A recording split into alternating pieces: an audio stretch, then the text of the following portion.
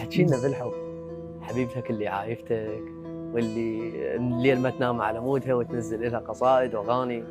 لا شو السالفه؟ راحت. احكي لي. شو اسوي علاوي؟ سولف لي تفاصيل خلي الناس تعرف.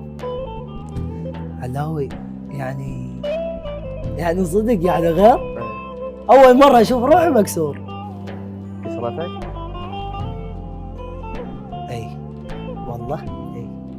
والعباس الله يوفقها تحكي صدق انت. راحت الزوجة. لا هي فد انسانه يا اخي بالقران روعه. لا ليش سبب المشاكل اللي بينهم؟ المشاكل طرف ثالث علاوي. روعه ومؤدبه وكلش احبها. خسارتها اي. لا ما مشتاق. اي لا والله مبين مشتاقين. وجهي لها كلمة ضوء على كاميرتك، وجهي لها كلمة. انا بخير والله بس ما طول بعد. زين سألتك قلت لك مشتاقة لي؟ لا. اي يا اخي اي يا اخي اي مشتاق. اذا نزلت لك مسج علاوي تحكي صدق انت؟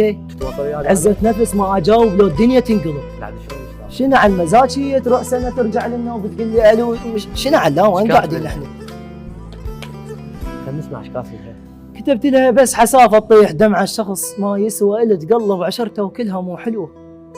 حسافه تضيع سنينك بحب انسان لا خلى له قيمه ولا عرف يوم. الله. اي ما خلى له خط رجع استعد وانسخ. زين. مو؟ اكيد. وكبر قلبك وقول الفراق اشوف. وهي ما يفهمك ما تعيش بخير. ما يضحك وياك الطايح يحبك. الله. انسى. راحت. بعد غير؟ انسى ولملم جروحك. وخذها وياك. مرات الجروح تعيشك بنشوة.